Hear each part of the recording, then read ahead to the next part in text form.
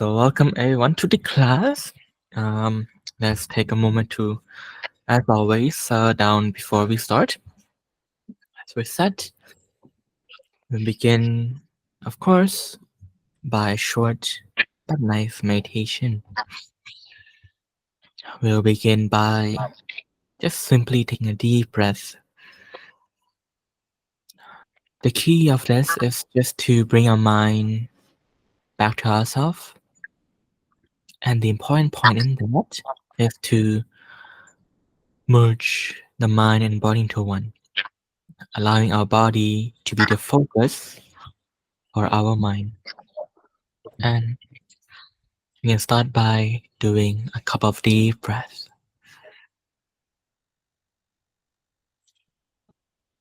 As we breathe regularly, comfortably, make an intention that with every exhale, you're gonna relax your body and just throw everything away. And make a feeling or feel as if you're just renouncing, quitting, letting go from all of the conversation, topic, obligation, responsibility. Just strip yourself out of all of things that is heavy and taking up space in both our body and our mind.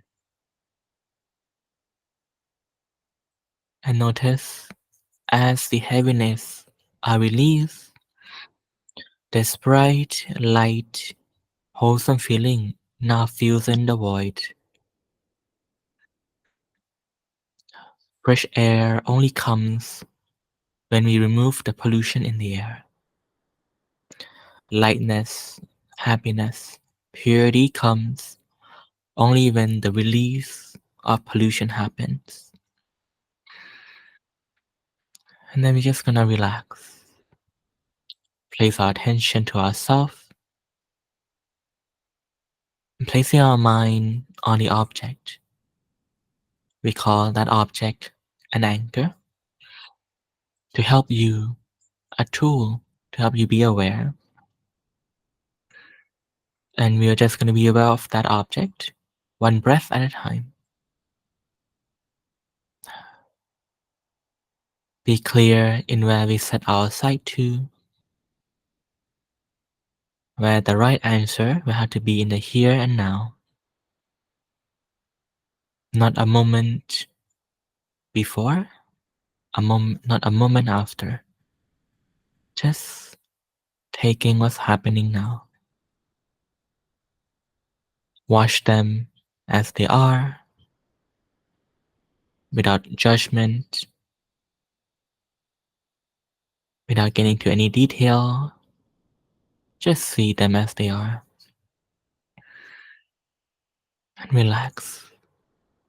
Let us enjoy this for a few minutes before the class begins.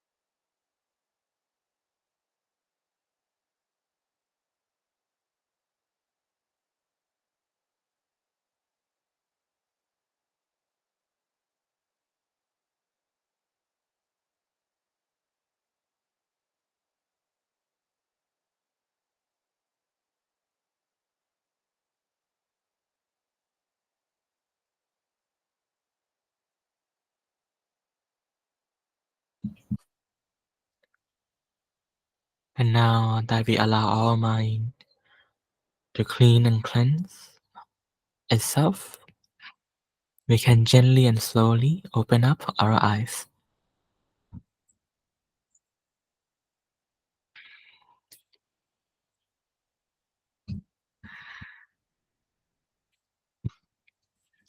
Hi everyone. Uh, can you give me one moment here? I need to prepare something. So welcome to the class as I am preparing things behind the scene. So welcome everyone. Today I mentioned in group that the topic will be what did the Buddha teach? It is a topic that I like to kind of revisit myself from time to time because it speaks to and answer the question about the why. Why are things the way they are? Why are things taught this way? Why I said that these teachings are said in the fashion that they are, and why are they in the first place? So, with understanding the why that lies at the center, everything's now aligned with that why, and allows all those things to then have a different meaning that put them in line with one another. We might, in many topic, um, if we don't know why why things are the way they are, we might question them, and we might not see the importance and the role and part that they play. For example, I have this phone here with me. I have no idea how the inside of this phone works. Here you go. But an engineer who builds that one does. So if I were to open this up and they ask me remove stuff, I would point to, I don't know what to remove, and I would, with my own kind of like understanding, might remove something that shouldn't be removed. But if I were to ask an expert, they would say that I myself wouldn't remove anything because every part is vital, and they are able to see the whole entire piece as one collective unit instead of me looking at it and see it as multiple distinct, unique, and unrelated parts. The How I want to begin this class is just to share with you a window. Um, window so that I can share. Oh, I'm not sure we can see. All right, I'm gonna share my screen, I guess. Share screen. Yep. All right, can you guys see my screen? Not sure again. Oh God, infinite mirroring. All right. Okay, here it is. Um. Oh. Oh God. Okay. Okay. Wait. Wait. Let me let me try it better. Okay. So I can't see the screen and chat. So I need to Oh God. Wait. Wait. Wait. Okay. Share. Windows. I apologize. All right. I'm doing it again. Okay. So I trust that it works this time. All right. Okay, perfect. Okay, so I'm gonna. This is a book that my teacher, one of my teacher, published. It's a book that he used to teach the monks. It's called Sacred Dhamma for Dhamma Dayadas, meaning the heritage of Dhamma, heritage of the teaching of the Buddha, basically monks, and it is full of selected verses from the Pali Canon that is important for training new monks. And one of the things that catches my eye is this one right here. This specific one. It talks about um, and you don't have to be familiar with anything about Buddhism, but I just want to uh, show this up to answer the question: what did the Buddha teach? So this is a story of a to-be right-hand monk of the Buddha before he ordained. He came across a monk who was just recently ordained. Yeah, so the Buddha was just enlightened, and he then uh, travel around India to find uh, who to teach, and he then come across uh, a group of 5 nobles who helped him, who took care of him in the years that he's practicing to get enlightened. So then after he get enlightened, he found that those 5 people who have helped me should be the one that I should help first. After some consideration. So after teaching those 5 individuals, one of them became a monk, enlightened monk called Venerable Asashi. Now, so as this new monk traveled around, he came across another individual called Sariputta. Sariputta is, if you are familiar with Buddhist canon, is to be the Buddha's right-hand man. But for now, he have no idea who the Buddha is, but he's searching for one, for a teacher. So as these 2 figures, Venerable Asashi, the newly ordained monks, and Sariputta, the to be right-hand man of the Buddha, comes together, Sariputta, who's looking for a teacher, asks Venerable Asashi, what did your teacher teach? That's it. And Venerable Asashi, who is very no humble, he said that now I, friend, am new, not long gone forth, meaning a new monk, fresh in this Dhamma and discipline. That's what he said. So therefore, I am not able to teach you Dhamma or teaching in full, but I can tell you it fully or briefly. And then Venerable Asashi then expressed the Dhamma to Sariputta, who asked, right? Now, it is said in Pali, but in English, it's a bit, I'll read it out for you. The Buddha taught as such, those things which proceed from a cause, of these the truth finder have told the cause, and that which is their stopping, the great Vinkus have such a doctrine. Right. Now, when I first read this in English, it's a bit of a tongue twister and something very difficult to understand. But fortunately, they translate into Thai, and it is much more easier to understand. The translation in Thai is this. I'm not sure if you can see, or I'm just gonna post it in the. We can read it together. Stop presenting. Here it is. I hope you can look at the screen and look at the chat. In Thai, it translates to what Dhamma arise from a cause. The Tathagata, meaning teacher, explain the cause of those Dhamma and the extinction of those Dhamma. So meaning what the Buddha taught are the rise and fall of the tools, the wisdom, the knowledge that arise within us. Meaning, to put it in layman's term, talk about how happiness, suffering arises, and then the extinguishing of those happiness and suffering. How the thought, emotion arises within us, and what brings away. Now, how does stress, anxiety, all these negative things arise, and how do we take care of it to decrease it or to remove it, and how does happiness and all other things arise, and how can we take care of it too. Just by this simple passage, Sariputta then know exactly who should be his teacher and then go forward.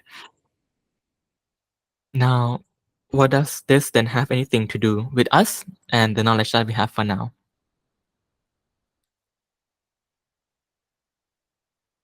What the Buddha teach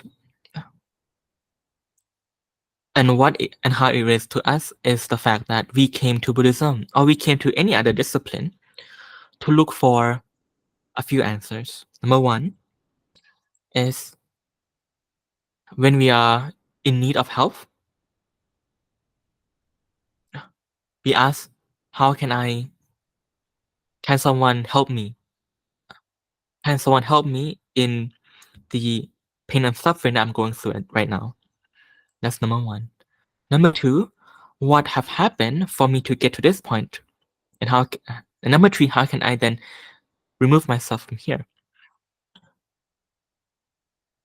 We want to know that now that pain arises, how can we take care of it? And we want to know the happiness that we want it to arise up and for it not to go away. Things that this is the this is what the Buddha taught. Tools, tools, and tools. That's what Dhamma means. Tools, truth, knowledge, software, or understanding, perspective. Now, these are synonym or a translation of Dhamma. And as we continue our class from yesterday, talking about mindfulness meditation, we find that it is one of the tools that many people around the world uses to deal with the pain and suffering that not plagues them throughout the day. Even when they are not in that much of a trouble, they still find that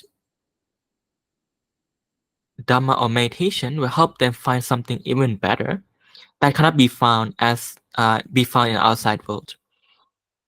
Most people, like you and I, fortunately are not in a point right now that we are screaming for help.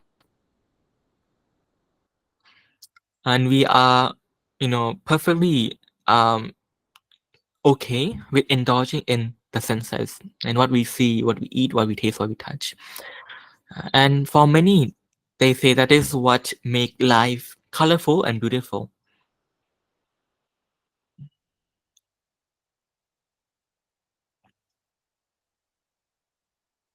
But there are some people who found themselves in the same camp and suddenly find that, you know, when I come back home from work, the last thing I want to do is eat good food, go party, go watch movies.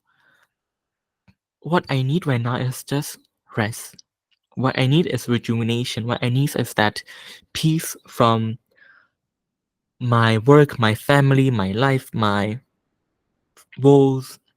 They find that they need something that is unique to what other people find beautiful and colorful. And we have an industry for that. You see, hotels, resorts, cafe. These are some of the places where they serve as some sort of a escape, some sort of place where you can go to get a sense of a happiness that cannot be found by music, movie, good food, good sight, and the sort of happiness that as we kind of indulge in, it does help in our life, rejuvenate us, make us feel more refreshed, feel more recharged, not ready to move on with life.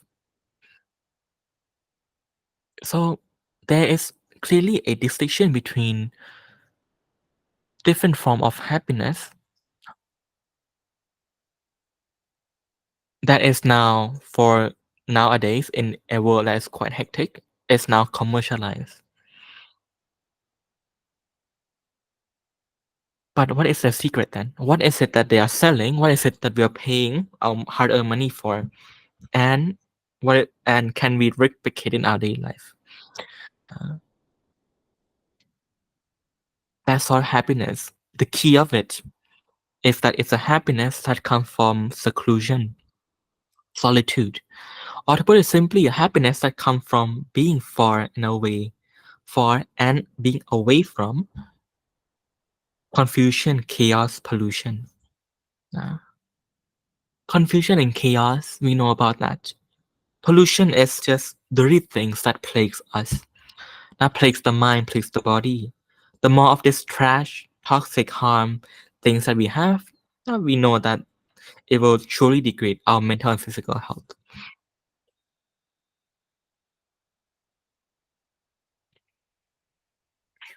And these things are what people default to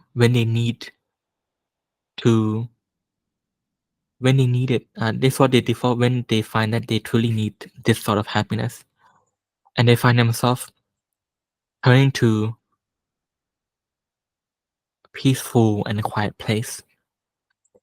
They turn to a place without noise pollution, without air pollution, without slight pollution, without light pollution, without all sort of pollution. Fresh air, clean room, quiet place, up in the mountain, deep in the jungle, whatever that place might be, or even a resort that promises quiet and peace, and clean room and refreshing stuff. As we find and saw ourselves in those places where it is clean and pure. Clean and pure mean opposite of dirty and polluted. A few days in those places already makes ourselves feel nice and right. But it doesn't have to be expensive because it's something that we can create for ourselves. This is where we will then connect back with what the Buddha taught to then find the cause of the negative thing that arises, what caused it to arise, and how and what is the cause that will extinguish those. And talk about what is the cause that makes the positive thing arise, and what is the cause that might take away the positiveness.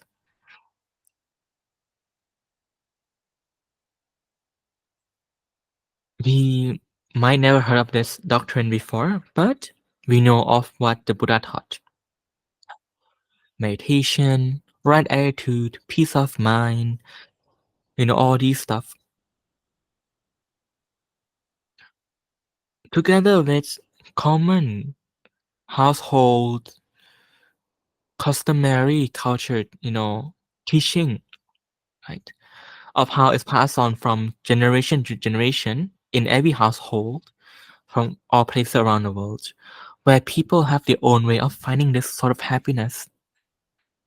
And as we look around in Europe, in Latin America, in Asia, in all parts of the world, we find that there are always places where people can go to enjoy that have peace and happiness.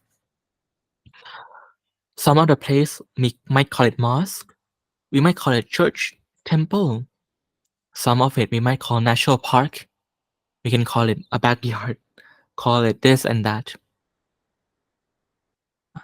But those are places where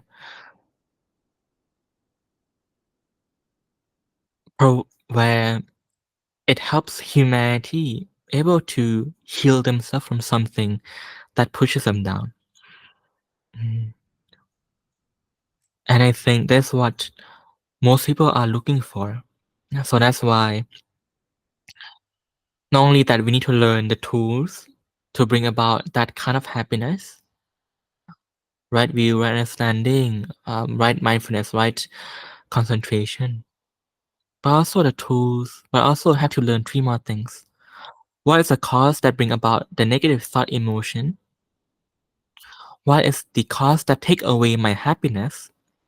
What is the cause that will take away the suffering? Uh, These are three things because we already kind of know what is the cause to bring about happiness, meditation, and all those good stuff. And you see, with that as its core, its root, everything under Buddhism now goes beautifully under that umbrella. Mm. Because of it, these topic, many topic in Buddhism now become simple. Simple because it have a place in it. It have a purpose. It is what do you call it? Contained and filtered. Instead of we allowing topics such as karma, ego, uh, to run free and wild, we can then with this key knowledge of why the Buddha teach what he taught, it become a lot easier. But as for another day, not for another day, but this will help you understand as you study more and more. Now,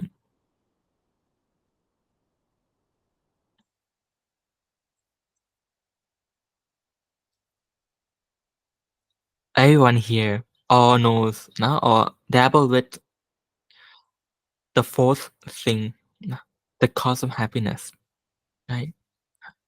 Again, for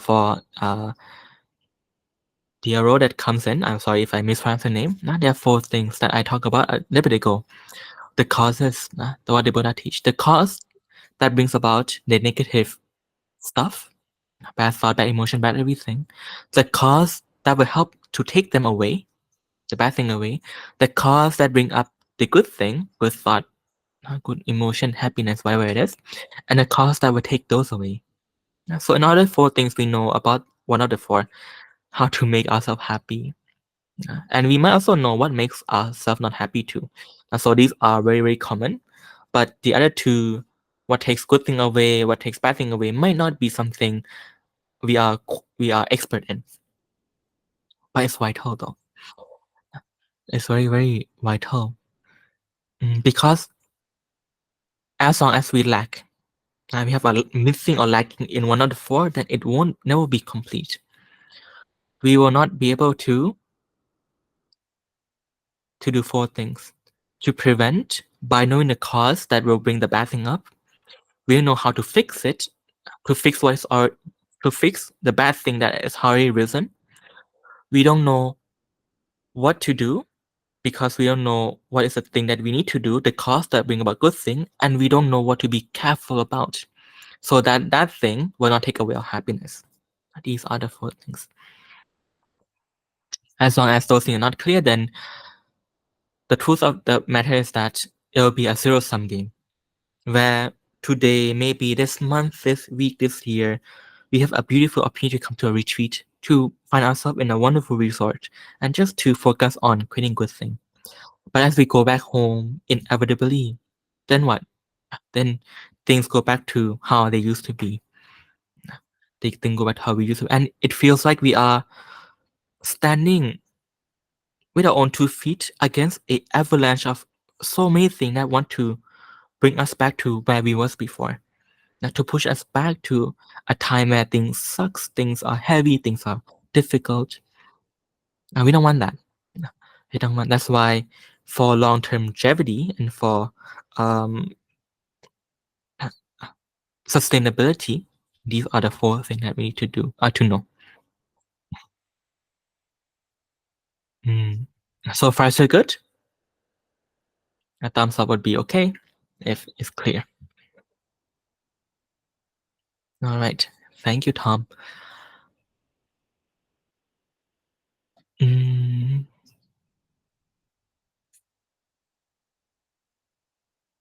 Now, the question is where to begin. Where should we begin? Well, where we can begin is where you have have already begun in, is to focus on right mindfulness and right concentration. The fourth thing I talk about, the cause that bring up bad thing, the thing that we do to take away the bad thing, the cause that takes away the bad thing, the cause that bring about good thing, and the cause that take away the good thing. In all these four things, if we spend all our time doing this, then we will have no time to bring up bad thing. If we always if we always take the time to create good thing, then that good thing will automatically take away the bad thing. This a detail of this we're gonna go in the later class of how this works. And as we indulge ourselves in doing the good thing, then there's no space for us to make mistake or less of it, but not perfect. No wonder why every meditation center focus on what you need to do and just do it all the time. Last night, I think a few days ago, uh, someone gave us a call, and she's in trouble, and she's experiencing something, a heavy heart story, and that mindfulness, makes it worse. Mm. And it's very something that we'll be facing. A question, a comment or a statement that we will come across be it from inside ourselves or from other people that we introduce this to. Which then delegitimize or waver, our uh, passion, motivation, effort into practicing this thing. So that's why it had to be addressed. Mm. And then that's why we then had to explain to them that, hey, to her that people around the world know and talk about mindfulness, but rarely do people know that they are such thing as right mindfulness. And even less people know about such thing as wrong mindfulness. If we are even a little bit familiar with Buddhism, we might heard of something called the Noble Eightfold Path. And one of the this where right view, right intention, right speech, right action, right livelihood, right effort, right mindfulness, right concentration comes in. Now, if to give a refresher, but why is it that the Buddha states not view, intention, speech, action, livelihood, effort, mindfulness, concentration, but he had to put the word right in front of it. Clear, right? Not regular, but right. It means that there must be something that is wrong and something that is not right and not wrong. And the thing that we're practicing here is not mindfulness, but right mindfulness. And this way we can elevate our discussion from the last class about right mindfulness. Okay, so far so good. I'm moving on to the next topic here. Uh, okay. Oh yes, yes. I see a raised hand. Would you like to speak, or just a thumbs up? I guess a thumbs up. Okay. All right. Thank you for that. Um.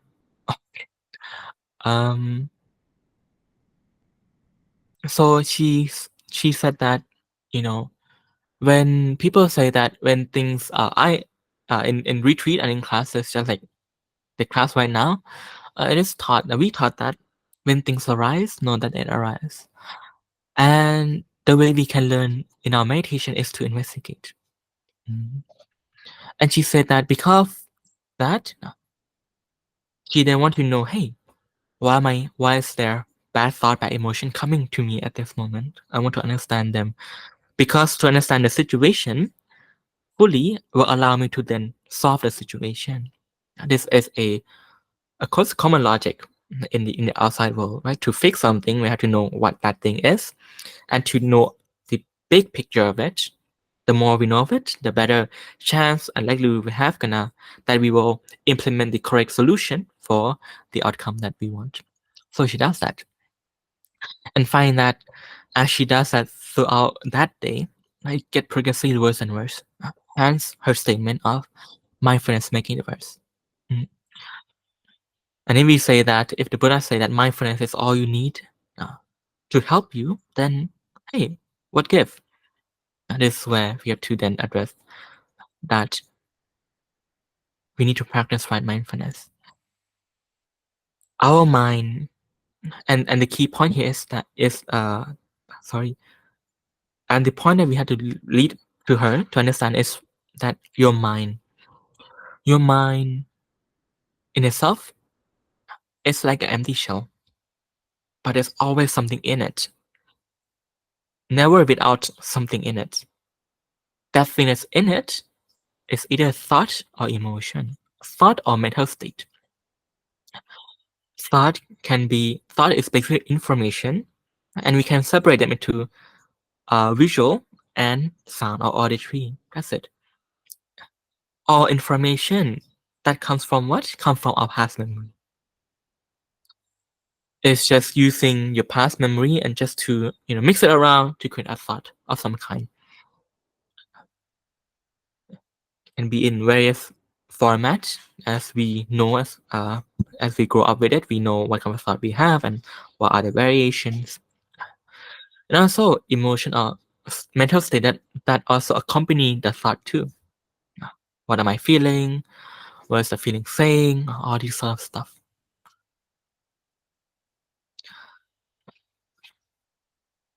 It's always there in our mind, and we can test it by just asking ourselves, how are we feeling? Can be good. The Buddha say, simply categorize them as such: good, bad, not good, not bad. Is it okay right now? Is it not okay? Or is it, I'm not sure, right? Not gonna go beyond this tree. And always there, if we take our time to look at it, to observe, it's always there.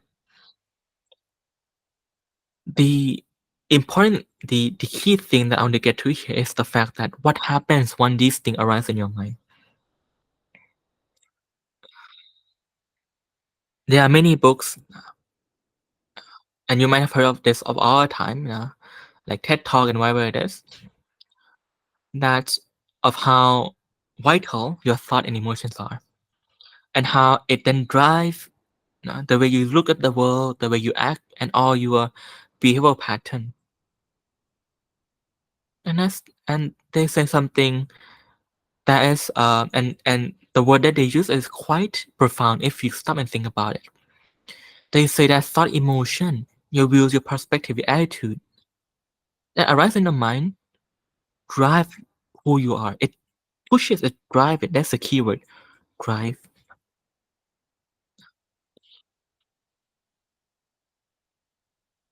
It drive it can drive our body, speech, action forward. Means that it must be able to generate energy. We look at our body like a system, an empty husk or a robot. Everything around the world is a system, living or artificial. A company is one system. A body is another system. The world is one big system that we are still finding out how the intricacies between everything work. But everything move forward. There must be a fuel or energy that move it. And when we link the mind and body together, we say that thought pushes the body forward. And that push or force comes from energy. This is what many life coaches and people kind of know and understand this somehow deep down inside or have heard of it before. Scientists, especially quantum physicists, now, who summarize the world around them as three simple components and say that if you were to break everything down, it's just vibration, energy, matter. Or as the Buddha put it simply, back then 2005 years ago, thought, emotion, energy, body, or form. Where vibration or wave we know in science can be converted into energy, and energy is always used to run a system forward. Coincide what the Buddha thought, as said, thought, emotion, once arrives in our mind, provide energy to push our body forward.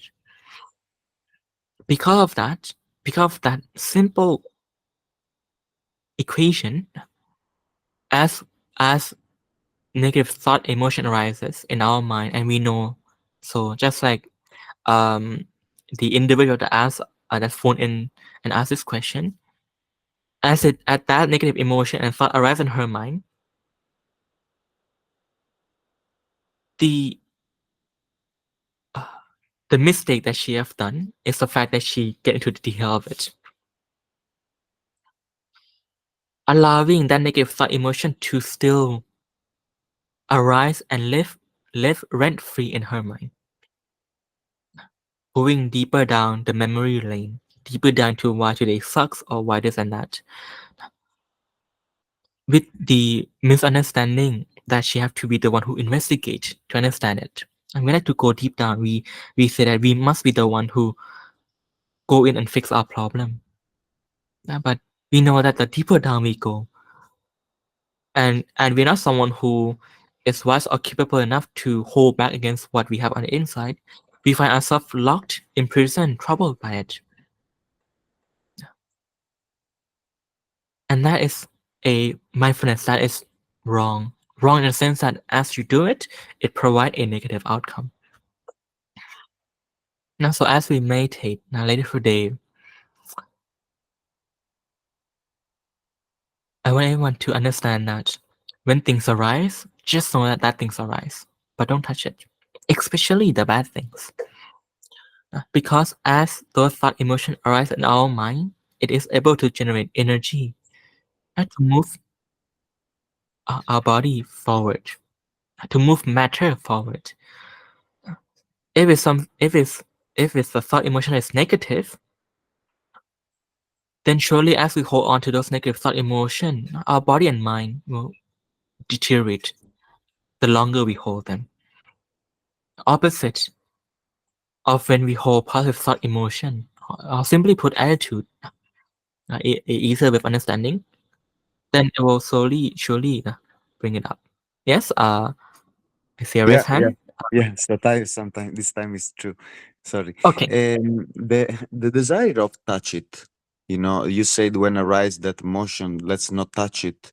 Even like me, for example, in meditation, when I arrive in a deep level, and then I see my ego. I mean, the question is the desire of touching. Is it ego based? Yeah, that's the question. That's a very good question. Because for me I see that it's like craving. My ego is Mm, craving of touching, of acquiring that energy, but as soon as I go in that, then the lightness, let's say, it becomes lower. You know, I coming mm, back in my state, and I have to make again the process in order to become mm, still. So I yeah, I was mm. thinking. I was wondering if could be for you even my Yeah, ego, yeah. let's say. Amazing question. That's a very good question. Thank And you. to give a simple answer, for now, you can that what you said, it could be your ego. We can say that it's not wrong. We can say that. Mm, Uh, mm, but but the reality that we have to see here is that that ego is not you, right? Because we mm, know that hey, mm, if we allow this, if we say okay and let it fall through, the outcome we know of it. uh, mm, so when those things arise, we are lucky that we are mindful and we have to make a decision and say, hey, don't do it, don't do it. But and we notice as the pressure inside from the ego build up, build up, build up, and say yeah, negative, go here, go here, go here. This is this is something that um, a very a very good thing to hear from you. Nah? This is something a discovery that many practitioners also found too as they focus on the mind. So the way forward here is I can observe them, nah? But don't make decision mm, because we are we are the boss of ourselves. Nah? So when ego come up and the ego say do this or that, we are wiser than them.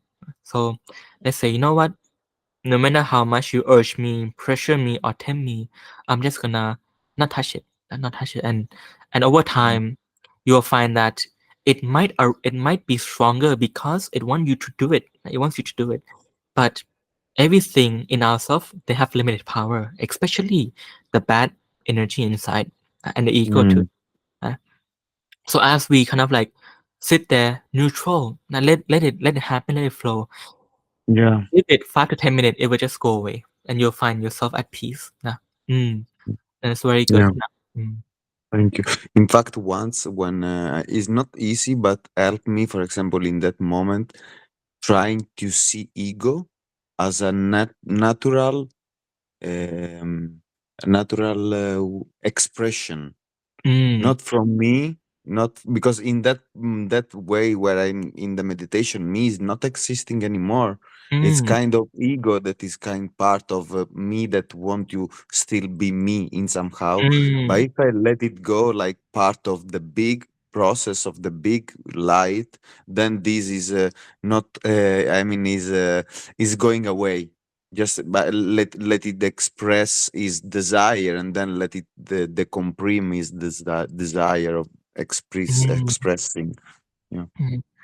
Now, here's where I have to then share with you now, explain to you why I said that as you don't touch it, this ego slowly die down or fade away. Because it's the tool, the mind, this is a tool that the Buddha used to help him too. because he discovered that just like the body who can self-regulate and take care of the pollution or bad thing inside the body, as long as we can feed it good energy, the mind also has the same system or same program. Same with the body, uh, but it only requires you to be mindful to give it good energy. So mindfulness is important in Buddhism because as you're mindful, it gives good energy. So that's why we just have to be mindful, but don't touch. And then the mind now detects that there are something wrong inside, gonna come up and destroy you. Like a disease, it will then take it out. Like a white blood cell or immune system, gonna take it out, take it out. Our job here is to help the mind by not accepting. That's a key, not accepting and just observe, observe. Over time, this will die down, die down, die down. Uh, and then you'll and then it'll be easier and easier. So thank you for asking. It's a very good question. Um Thank you. and if you want to know more what is behind ego and everything like that, then there's a course. Maybe I can post it after the class. That Yeah, will, super, yeah, because please. in Buddhism, this is the core of Buddhism that we'll just talk about, which will help you understand more. So maybe you can link it or do it again Yeah. all over again like live. Yeah, Um, please. And just a question, why, sorry to take more time, but Okay. there is in that course some things that is talking about how ego could be related to intensity of time. There is Uh, some in the Dhamma lecture, in the Dhamma study, there is something that is related to time and ego.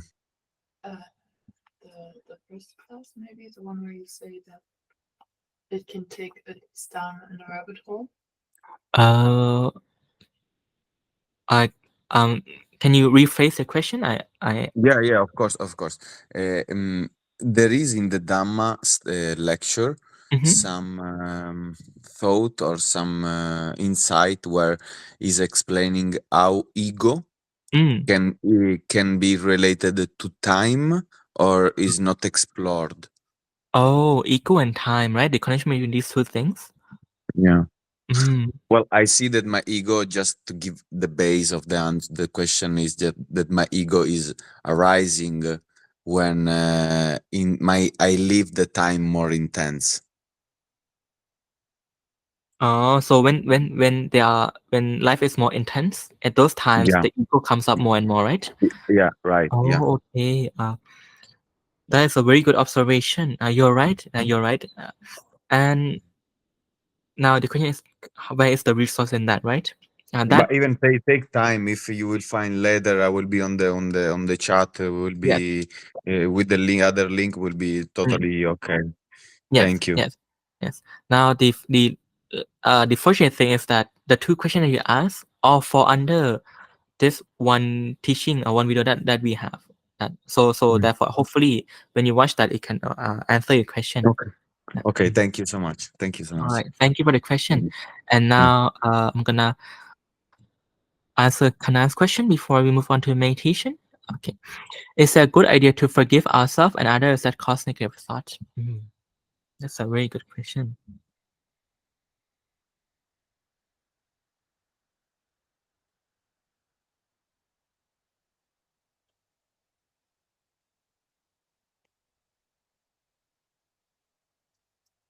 What will help forgiveness? Of course, when I ask read out the question, everyone might would say, of course, yes, nah. Or like, yep, that what you should do. But let's go deeper and ask how can we make it true and last long? Because without this key component, then the forgiveness might not be genuine 100% through, or it might not last. Uh, there might be something that you can forgive, but there might be something that you can't forgive. And that is the tough part that we want to deal with. So so and that's what I'm gonna talk about a little bit. In Buddhism, there are there are a number of tools that the Buddha praises so much. Mindfulness, sati sapachanya, or aware and clear awareness. He praises faith, he praises respect, he praises endurance. But one of the things that he praises above all else is wisdom. Wisdom, right view, understanding. Wisdom here is what enrich all the tools. What makes it stick, what elevate and upgrade the tools. Many find ourselves able to forgive someone for something, but when they cross a certain line, we can't give them the forgiveness anymore. Now the question is, now at that situation, we find that, hey, this tool doesn't work anymore. I can't forgive. That's where it means that the wisdom is not strong enough to help you forgive.